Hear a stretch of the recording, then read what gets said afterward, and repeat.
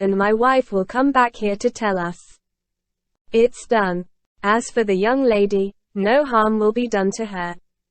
The trap will conduct her to a place where she will be quiet, and just as soon as you have handed over to me those little 200,000 francs, she will be returned to you. If you have me arrested, my comrade will give a turn of his thumb to the lark, that's all." The prisoner uttered not a syllable. After a pause, Thénardier continued.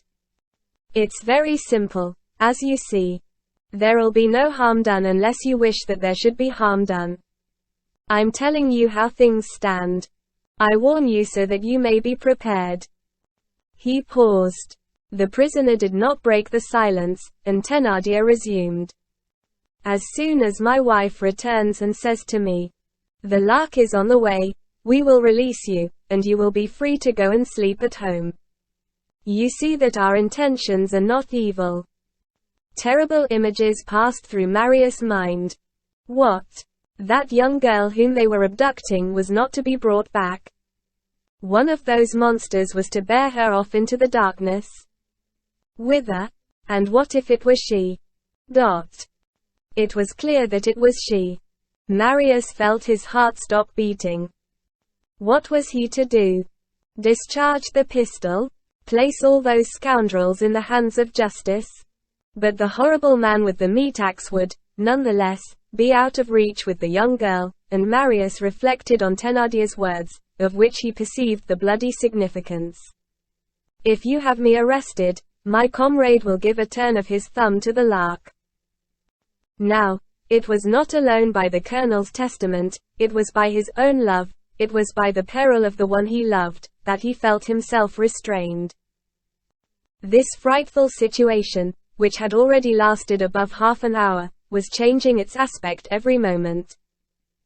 Marius had sufficient strength of mind to review in succession all the most heartbreaking conjectures, seeking hope and finding none.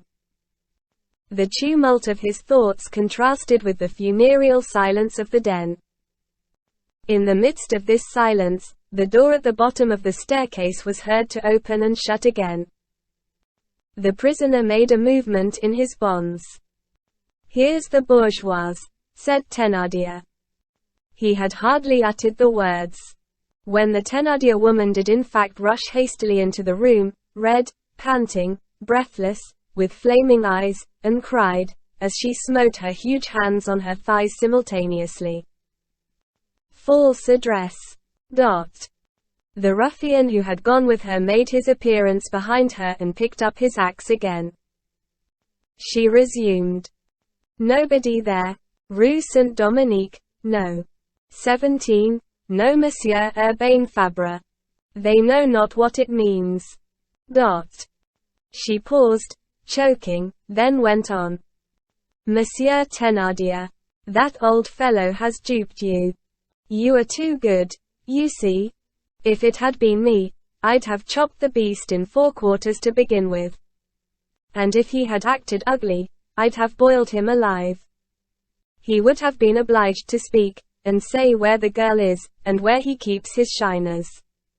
That's the way I should have managed matters. People are perfectly right when they say that men are a deal stupider than women. Nobody at No. 17. It's nothing but a big carriage gate. No Monsieur Fabre in the Rue Saint-Dominique. And after all that racing and fee to the coachman and all. I spoke to both the porter and the portress, a fine, stout woman, and they know nothing about him." Marius breathed freely once more. She, Ursule or the lark, he no longer knew what to call her, was safe. While his exasperated wife vociferated, Thénardier had seated himself on the table. For several minutes he uttered not a word, but swung his right foot, which hung down, and stared at the brazier with an air of savage reverie. Finally, he said to the prisoner, with a slow and singularly ferocious tone, "A false address? What did you expect to gain by that?" "To gain time," cried the prisoner in a thundering voice, and at the same instant he shook off his bonds. They were cut. The prisoner was only attached to the bed now by one leg. Before the 7 men had time to collect their senses and dash forward, he had bent down into the fireplace, had stretched out his hand to the brazier, and had then straightened himself up again. And now Thénardier, the female Thénardier, and the ruffians, huddled in amazement at the extremity of the hovel, stared at him in stupefaction, as almost free and in a formidable attitude, he brandished above his head the red-hot chisel, which emitted a threatening glow. The judicial examination to which the ambush in the Gorbeau house eventually gave rise established the fact that a large sou-piece, cut and worked in a peculiar fashion, was found in the garret, when the police made the descent on it. This sou-piece was one of those marvels of industry, which are engendered by the patience of the galleys in the shadows and for the shadows, marvels which are nothing else than instruments of escape. These hideous and delicate products of wonderful art are to jewelers' work what the metaphors of slang are to poetry. There are benvenuto cellinis in the galleys, just as there are villons in language. The unhappy wretch who aspires to deliverance finds means sometimes without tools, sometimes with a common wooden-handled knife, to saw a sou into 2 thin plates, to hollow out these plates without affecting the coinage stamp, and to make a furrow on the edge of the sou in such a manner that the plates will adhere again. This can be screwed together and unscrewed at will. It is a box. In this box he hides a watch spring, and this watch spring, properly handled, cuts good-sized chains and bars of iron. The unfortunate convict is supposed to possess merely a sou. Not at all, he possesses liberty. It was a large sou of this sort which, during the subsequent search of the police, was found under the bed near the window. They also found a tiny saw of blue steel which would fit the sou. It is probable that the prisoner had this sou-piece on his person at the moment when the ruffians searched him, that he contrived to conceal it in his hand, and that afterward, having his right hand free, he unscrewed it, and used it as a saw to cut the cords which fastened him, which would explain the faint noise and almost imperceptible movements which Marius had observed. As he had not been able to bend down, for fear of betraying himself, he had not cut the bonds of his left leg. The ruffians had recovered from their first surprise. "Be easy," said Big Renail to Thénardier. "He still holds by one leg, and he can't get away. I'll answer for that. I tied that paw for him." In the meanwhile, the prisoner had begun to speak. "You are wretches, but my life is not worth the trouble of defending it.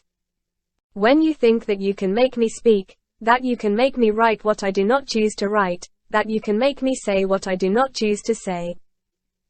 He stripped up his left sleeve, and added, "See here." At the same moment he extended his arm, and laid the glowing chisel which he held in his left hand by its wooden handle on his bare flesh.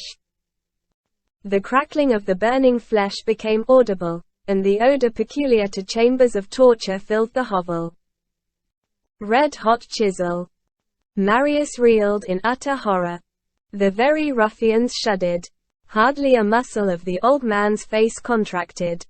And while the red-hot iron sank into the smoking wound, impassive and almost august, he fixed on Thénardier his beautiful glance, in which there was no hatred, and where suffering vanished in serene majesty. With grand and lofty natures, the revolts of the flesh and the senses when subjected to physical suffering cause the soul to spring forth, and make it appear on the brow, just as rebellions among the soldiery force the captain to show himself. "Wretches," said he, "have no more fear of me than I have for you." And, tearing the chisel from the wound, he hurled it through the window, which had been left open. The horrible, glowing tool disappeared into the night, whirling as it flew, and fell far away on the snow. The prisoner resumed, "Do what you please with me." He was disarmed. "Seize him," said Thénardier. Two of the ruffians laid their hands on his shoulder, and the masked man with the ventriloquist's voice took up his station in front of him, ready to smash his skull at the slightest movement. At the same time, Marius heard below him, at the base of the partition, but so near that he could not see who was speaking, this colloquy conducted in a low tone. "There is only one thing left to do. Cut his throat. That's it." It was the husband and wife taking counsel together. Thénardier walked slowly towards the table, opened the drawer, and took out the knife. Marius fretted with the handle of his pistol. Unprecedented perplexity.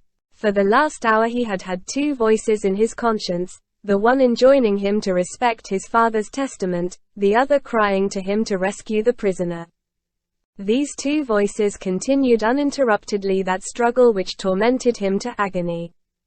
Up to that moment he had cherished a vague hope that he should find some means of reconciling these two duties, but nothing within the limits of possibility had presented itself. However, the peril was urgent, the last bounds of delay had been reached. Thénardier was standing thoughtfully a few paces distant from the prisoner. Marius cast a wild glance about him, the last mechanical resource of despair. All at once a shudder ran through him. At his feet, on the table, a bright ray of light from the full moon illuminated and seemed to point out to him a sheet of paper. On this paper he read the following line written that very morning, in large letters, by the eldest of the Thénardier girls. "The bobbies are here." An idea, a flash, crossed Marius' mind. This was the expedient of which he was in search, the solution of that frightful problem which was torturing him, of sparing the assassin and saving the victim. He knelt down on his commode, stretched out his arm, seized the sheet of paper, softly detached a bit of plaster from the wall, wrapped the paper round it, and tossed the whole through the crevice into the middle of the den. It was high time. Thénardier had conquered his last fears or his last scruples, and was advancing on the prisoner. "Something is falling," cried the Thénardier woman. "What is it?" asked her husband. The woman darted forward and picked up the bit of plaster. She handed it to her husband. "Where did this come from?" demanded Thénardier.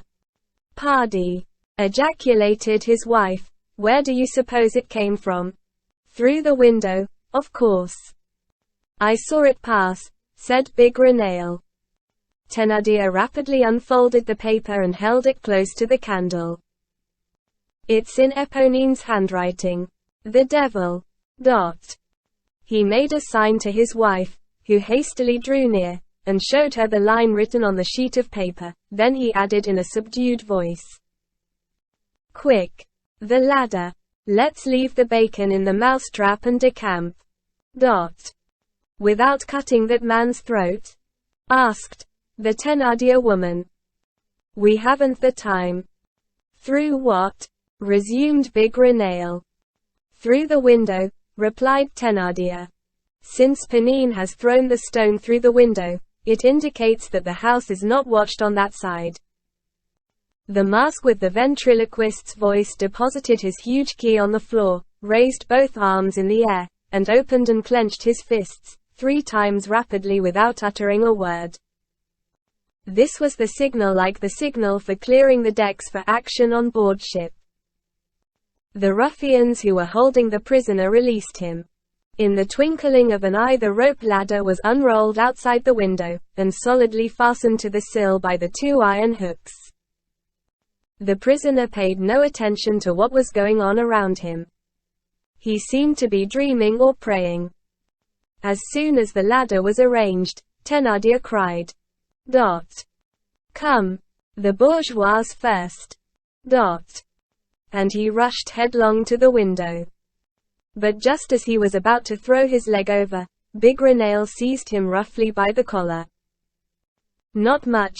Come now, you old dog, after us." Dot. "After us," yelled the ruffians. "You are children," said Thénardier, "we are losing time. The police are on our heels." "Well," said the ruffians, Let's draw lots to see who shall go down first.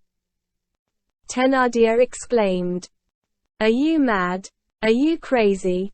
What a pack of boobies. You want to waste time, do you?